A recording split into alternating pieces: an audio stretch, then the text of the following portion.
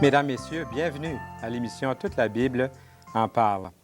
Nos invités aujourd'hui sont Monsieur et Madame Gaston et Eva Racine pour une rencontre d'amour. C'est le thème de l'émission. Vous allez les reconnaître. Ils sont déjà venus à l'émission il y a quelques semaines. Et c'est Monsieur Racine qui nous offre Les leçons de Marie, Mère de Jésus. C'est un livre de plusieurs pages. Je vais vous le montrer. Comme je fais à chaque occasion, j'en profite pour vous l'offrir aussi en même temps. C'est gratuit. Il vous suffit d'en faire la demande. Au cours de l'émission, les numéros de téléphone paraissent de temps en temps. Et à la fin, vous allez retrouver une adresse aussi. Si vous voulez nous écrire, il y a des personnes qui préfèrent quelquefois nous écrire tout simplement et demander les leçons de Marie, Mère de Jésus. J'ai trouvé quelque chose d'intéressant derrière le livre. Bien là, vous avez les numéros, notez-les bien. Et pendant que vous les notez, je vous lis ici quelque chose, une petite note biographique sur Gaston Racine. Il est né en Suisse en 1917 de descendance huguenote. Il se convertit au Christ à l'âge de 14 ans, où il reçut une vision particulière de l'unité des chrétiens. Arrêté en pleine jeunesse par la maladie, il apprit à l'école de la souffrance à renoncer à ses plans et à ses projets, des projets les plus chers, pour se soumettre à la volonté de Dieu. Après plus de 40 années de ministère pastoral et d'enseignement biblique dans plusieurs pays du monde, tout en restant foncièrement attaché à la révélation divine telle qu'elle est attestée dans les Écritures saintes, Gaston Racine demeure humblement disponible pour servir son Dieu où il veut, comme il veut et quand il veut. Donc, sans plus tarder, il nous fait vraiment plaisir d'aller retrouver ce couple qui va donner un témoignage, vraiment un témoignage d'amour. C'est une rencontre qu'ils ont faite il y a quelques années et vous allez voir comment ça s'est passé. Ne quittez pas, restez jusqu'à la fin. Vous aurez aussi l'occasion d'entendre Richard Lauder un peu plus tard au cours de l'émission. Pour maintenant, nous nous rendons tout de suite auprès de Gaston et Eva Racine. Bon, nous sommes dans la présence du docteur Eva Aren Racine et M. Gaston Racine. Soyez les bienvenus à l'émission Toute la Bible en parle. Nous sommes ici dans un lieu assez agréable, n'est-ce pas? Nous sommes à Verchères, un bel endroit du Québec, au bord du Saint-Laurent. Et nous sommes accueillis chez Réal et Monique Pigeon, que vous connaissez d'ailleurs depuis quelques années. Et nous avons déjà fait une émission avec vous il y a quelques semaines. Les semaines passent très rapidement. Ici, on les fait une à côté de l'autre, mais à l'émission, ça passe d'une semaine à l'autre. Et j'aimerais demander à Madame, au docteur Eva Aren Racine, à nouveau de nous rappeler de ses origines et aussi comment elle a vécu, puisque vous avez habité en Chine pendant plusieurs années, et de nous parler un petit peu de vos origines, de la vie missionnaire, les missionnaires qui existaient là-bas lorsque vous vous souvenez de leur vie. Et est-ce que c'est possible, c'est une très grande question, je le réalise, de nous parler de ce que c'était la Chine durant votre enfance et ce que nous connaissons de la Chine aujourd'hui? Et avec ça, je pense que nous avons beaucoup de choses pour alimenter une bonne conversation pendant quelques instants. Vos origines. Oui, mes parents étaient d'origine allemande, très aisés, qui se sont convertis en lisant leur Bible dans leur chambre et qui ont décidé, pas vraiment décidé, mais Dieu les a appelés à aller en Chine pour être missionnaires. Dans ce temps-là, c'était beaucoup plus difficile parce qu'il fallait s'habiller en chinois. Ah oui. Mon père devait faire pousser ses cheveux, il avait une queue, et il fallait être comme les Chinois. On n'avait pas le droit de s'embrasser, de se toucher. Maman devait courir derrière mon père comme la royauté, 3 ou 4 pas. Et c'était pas une vie facile parce que mon père étant ingénieur, la mission l'a toujours envoyé comme tête de pont pour commencer les nouvelles stations dans des villes où il n'y avait pas de missionnaires du tout, pas un seul homme blanc. Alors il achetait les terrains, il construisait la maison et puis il amenait sa femme et les enfants. Et nous étions souvent les seuls. Comme on nous appelait les diables blancs. Les diables blancs. Oui, on nous jetait des pierres, on était... mais peu à peu, ça allait mieux. Papa était souvent loin. Il y avait toujours les brigands qui voulaient nous voler.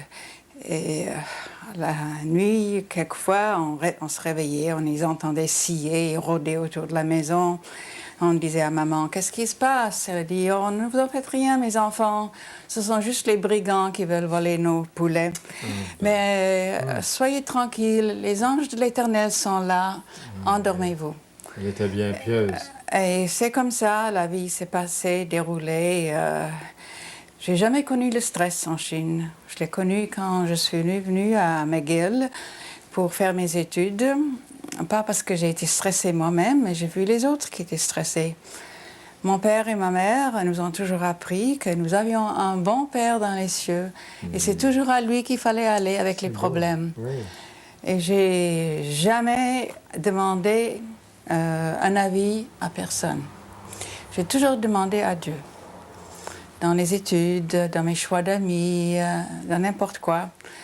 Il y avait les questions de mariage qui s'étaient toujours réglées parce que Dieu a dit non. Mon père me disait toujours, je t'ai envoyé à McGill, laisse les garçons tranquilles et fais tes études. Et c'est ce que vous avez fait. Oui. Alors, c'est comme ça. Et j'ai appris que vous avez, lorsque vous avez fait vos études, on pense des fois, bien, ces gens-là sont peut-être un peu huppés, c'est facile pour eux, ils ont l'argent, ils peuvent faire leurs études. Mais vous avez vécu quelque chose de vraiment différent de ce qu'on peut penser. J'avais un petit peu d'argent, mais 25 $ dans ma poche. J'ai eu certaines sommes d'argent de l'université que j'ai pu gagner à cause de mes études. Et j'ai travaillé aussi en même temps et j'ai fini mes études sans dette. Et j'ai attendu jusqu'à ce que j'avais assez d'argent pour payer ma première auto. Et avant, je prenais les autobus pour faire mes visites à la maison. Et c'est ainsi, la vie s'est passée. Je me suis dit, le mariage, c'est pas pour moi, c'est la profession. J'ai mes malades. Et un jour, c'était un jour jamais je l'oublierai. J'ai été voir l'ami de mon cousin suisse à l'hôpital. Et c'était un prédicateur de Suisse qui venait pour faire des conférences ici pendant 3 mois, qui avait un problème de dos. Je me suis toujours dit, oh le pauvre, hein, il doit comme les autres prédicateurs, déprimé ou je sais pas quoi. Et, jamais de la vie j'aurais marié un prédicateur. Non, c'était une des règles que je me suis proposée, mais Dieu l'a changé. Vous parlez de M. Racine. Oui. Je me souviens de ces jours-là. En 1959? 60, oui. Et le prédicateur, c'était notre prédicateur à Bethel aussi, à l'Institut biblique Bethel de Sherbrooke à l'époque. Et je vous laisse continuer. C'est comme ça que c'est arrivé. Le grand amour est arrivé. Oui, c'était quelques jours plus tard, c'était le coup de foudre. Et on s'est écrit depuis ce jour-là et c'est arrivé. On est très heureux d'apprendre ce roman-là. Il a écrit plusieurs romans. Oui. Genre, on en a plusieurs ici. C'est une merveilleuse histoire que vous avez vécue. Le Seigneur a été bon pour vous. Oui, et mon père qui était très strict et ma mère aussi, et je le remercie encore parce qu'il était strict, parce que je vois que ça m'a donné beaucoup d'avantages dans ma vie plus tard. Il m'a dit quand il a rencontré Gaston, eh bien, il n'y avait personne de bon dans l'Amérique du Nord. Alors Dieu t'a envoyé quelqu'un de l'Europe. Ah bon, c'est ce qu'il a dit. Oui. Lui était toujours... il habitait où à l'époque? Il est revenu ici après la guerre où Mao Tse-tung a renvoyé tous les missionnaires. Ah, alors il était déjà à Montréal, oui. Eh bien, merci beaucoup, Dr. Eva Arend Racine, pour cette merveilleuse histoire. On voulait l'entendre. Et je pense que moi, c'est la première fois que je l'entends, cette histoire-là. Donc, j'en suis très reconnaissant. Et M. Racine, vous vous laissez faire comme ça? On ne voulait pas marier un prédicateur. Non. Ça ne vous gêne pas trop? Et moi, j'avais passé par une grande épreuve. J'avais perdu ma femme, la mère de mes enfants, justement ce lieu où j'ai donné les conférences sur Marie. Oui, ce merveilleux À Morges. livre que nous offrons à l'émission Toute la Bible en parle. C'est à Morges que j'ai parlé la première fois devant un grand public sur les leçons de Marie, mère de Jésus. Et ça, c'était en quelle année, M. Racine? Ça, c'était en 1955. Oui. Alors, qu'est-ce que vous viviez? Vous nous avez déjà parlé à la première émission, ce qui vous a motivé à écrire un tel livre. J'aimerais que vous nous parliez de cette conférence aussi. Eh bien,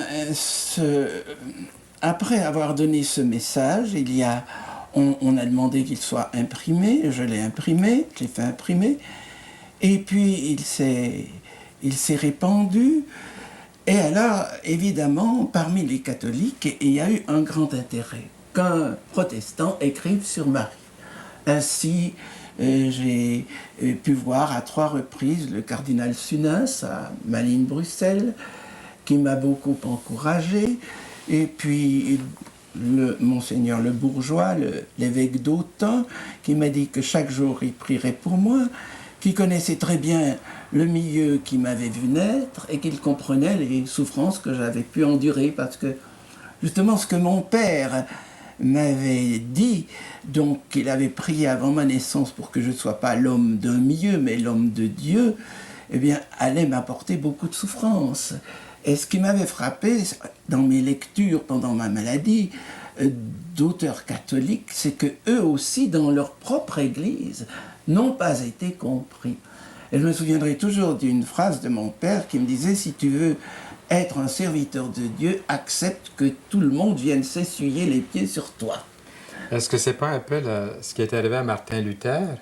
Oui, aussi. Hein, c'est vrai? Dans leur propre milieu. Mm-hmm. Et alors, j'ai aimé tous les hommes et j'ai compris que je ne pouvais pas être plus grand que mon maître. Il a dit, il suffit au disciple qu'il soit comme son maître. Le serviteur n'est pas plus que son maître, ni l'envoyé plus que celui qui l'a envoyé. Et une phrase aussi du cardinal Mercier m'avait beaucoup impressionné.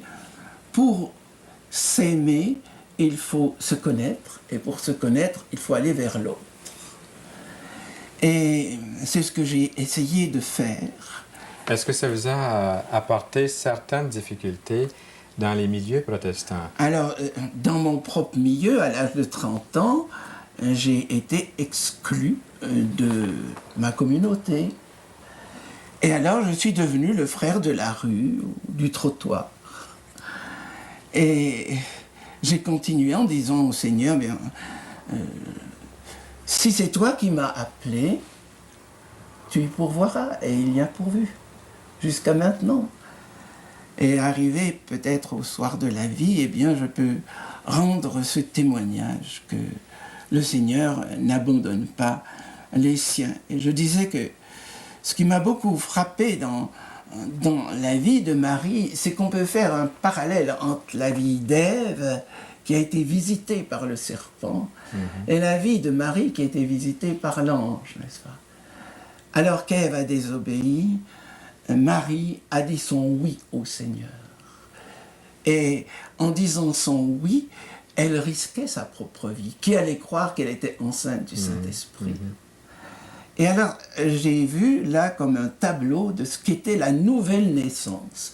Ce qu'on entend si souvent, ce born again en anglais, un naître de nouveau qui ne veut plus rien dire. Tandis que pour moi, Marie, elle a reçu le Seigneur en elle et elle était habitée par le Seigneur. Et c'est ce qu'a réalisé sa cousine Élisabeth quand elle l'a salué. Son enfant a tressailli dans son cœur. Et pour moi, cela m'a marqué. Quand je rencontre une âme qui aime le Seigneur, quelle que soit sa dénomination, il y a un tressaillement de joie et on peut parler tout de suite de lui. Oui. Et c'est ce que j'ai réalisé aussi au Québec, avec de nombreuses âmes. Et c'est ce qui m'a ouvert certaines portes.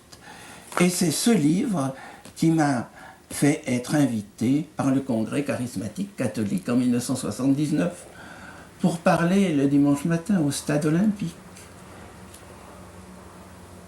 C'était une ouverture. C'était une ouverture que certains n'ont pas comprise dans nos milieux évangéliques. Il n'y a pas de préparation à la question que je vais vous demander, que je vais vous poser maintenant. vous ne savez pas quelle question que je vais vous poser. Non.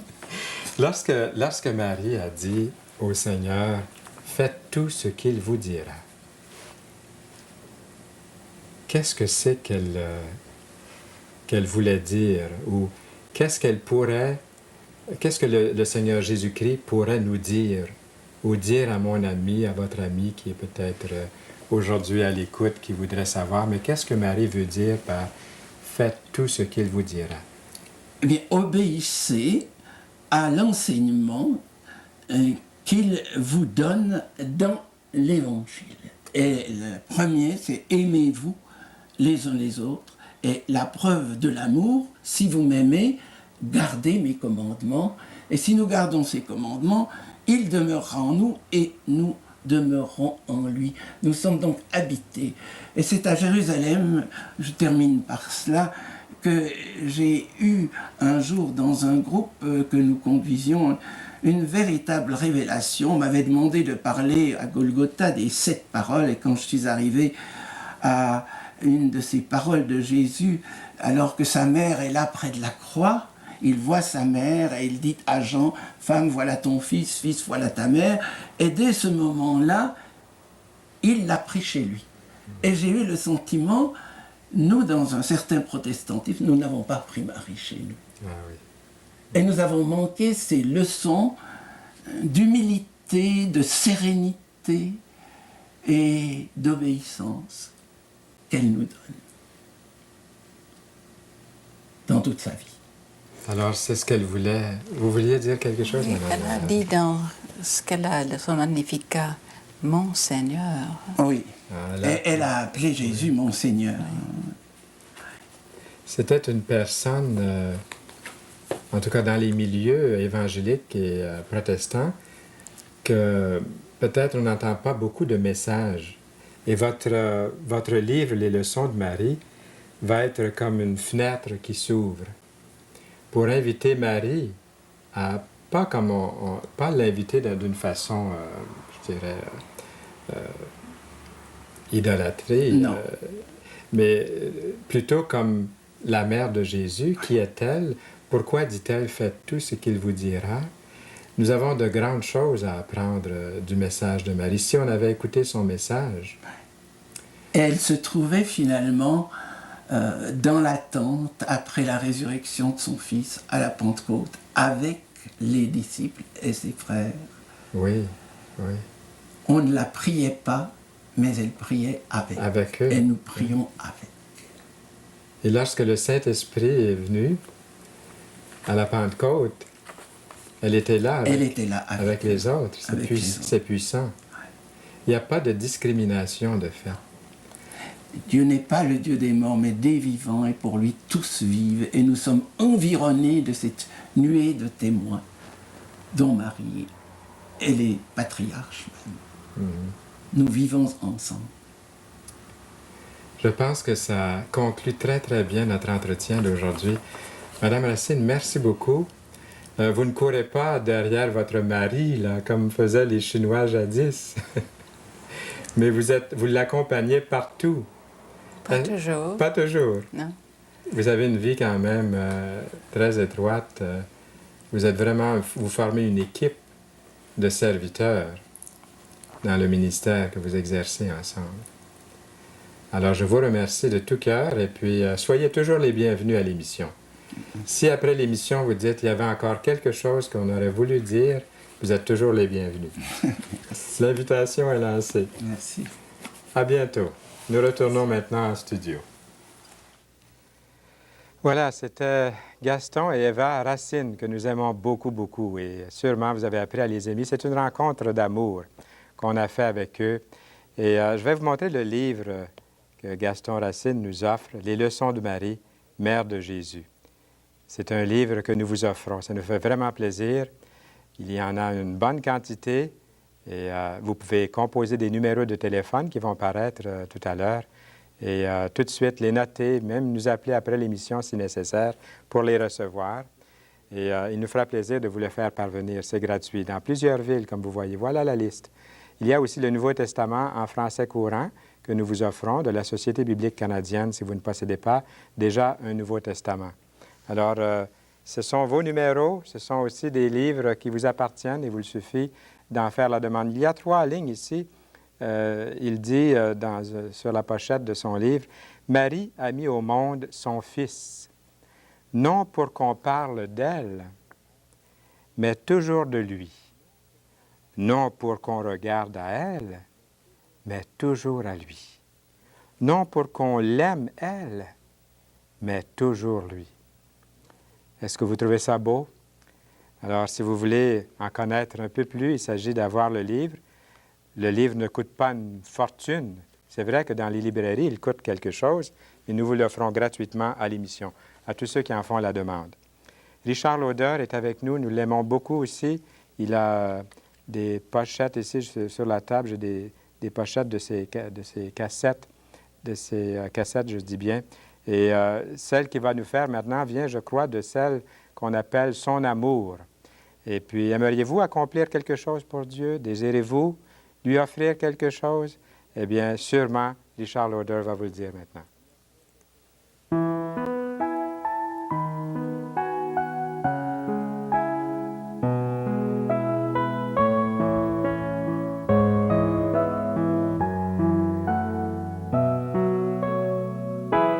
Il a sa main sur mon épaule. Quand j'ai besoin, il est là. Il a sa main sur mon épaule, me rassurant qu'il est bien présent. J'entends sa voix dans le silence, un son si doux et si clair. J'entends sa voix dans le silence, me disant je suis toujours là. Pas besoin de m'inquiéter quand les choses ne vont pas si bien. Si longtemps qu'il a ma vie dans ses mains, il m'aidera à surmonter. Il est la lumière dans ma vie, brillant comme le soleil. La lumière dans ma vie, m'éclairant chaque pas du chemin. Il a sa main sur mon épaule. Quand j'ai besoin, oui, il est là. Il a sa main sur mon épaule, me rassurant qu'il est bien présent. Merci Seigneur pour ta douce main, Seigneur.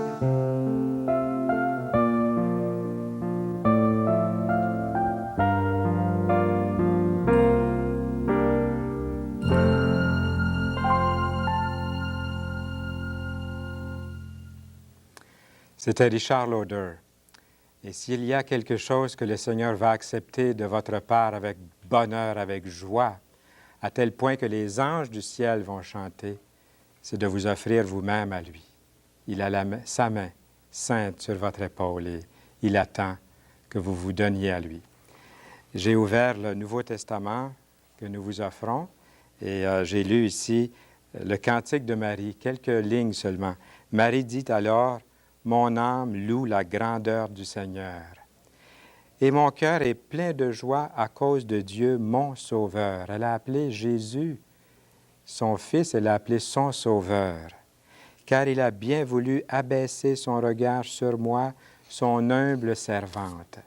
Oui, dès maintenant, les humains de tous les temps me diront bienheureuse. car Dieu le Tout-Puissant a fait pour moi des choses magnifiques. Son nom est saint. Alors je comprends bien M. Racine qui dit « Marie a mis au monde son Fils, non pour qu'on parle d'elle, mais toujours de lui. » Alors nous vous offrons ces deux ouvrages. J'espère que nous en avons assez dit pour que vous ayez le goût de faire venir gratuitement ces deux ouvrages, les Leçons de Marie, Mère de Jésus par Gaston Racine, et bonne nouvelle aujourd'hui, qui est le Nouveau Testament. Il y a 27 livres dans le Nouveau Testament et c'est la Société biblique canadienne qui nous l'offre. Un grand, grand merci du fond du cœur pour ces choses. Que nous sommes privilégiés. Voilà la liste. Vous êtes près d'une de ces villes, Edmonton, Granby, La Tuque, Montréal, Rive-Sud, Saint-Élie, Sherbrooke. Notez bien le numéro. Inscrivez-le à quelque part. Et puis, vous pourrez nous appeler. C'est ce qui est assez intéressant. Nous avons réalisé que souvent, les gens regardent une émission à caractère religieux et s'il n'y a pas de numéro de téléphone, souvent, ils vont nous rejoindre. Alors, ça peut être pratique pour toutes sortes de raisons. Vous avez besoin d'aide spirituelle, vous avez besoin d'une bonne lecture, vous avez besoin de faire un commentaire, une remarque, de poser des questions ou de connaître le lieu de rencontre. Peut-être même dans votre rue, dans votre village, il nous fera plaisir de collaborer avec vous et de vous les faire connaître. Soyez au rendez-vous à nouveau dès la prochaine émission pour rencontrer le jeune couple Alain et Carole, mon fils et ma belle-fille, qui seront nos invités. Ils seront là. Nous entretenir du sujet « Faire face au stress » et la chanteuse Caro sera également des nôtres. D'ici là, à bientôt.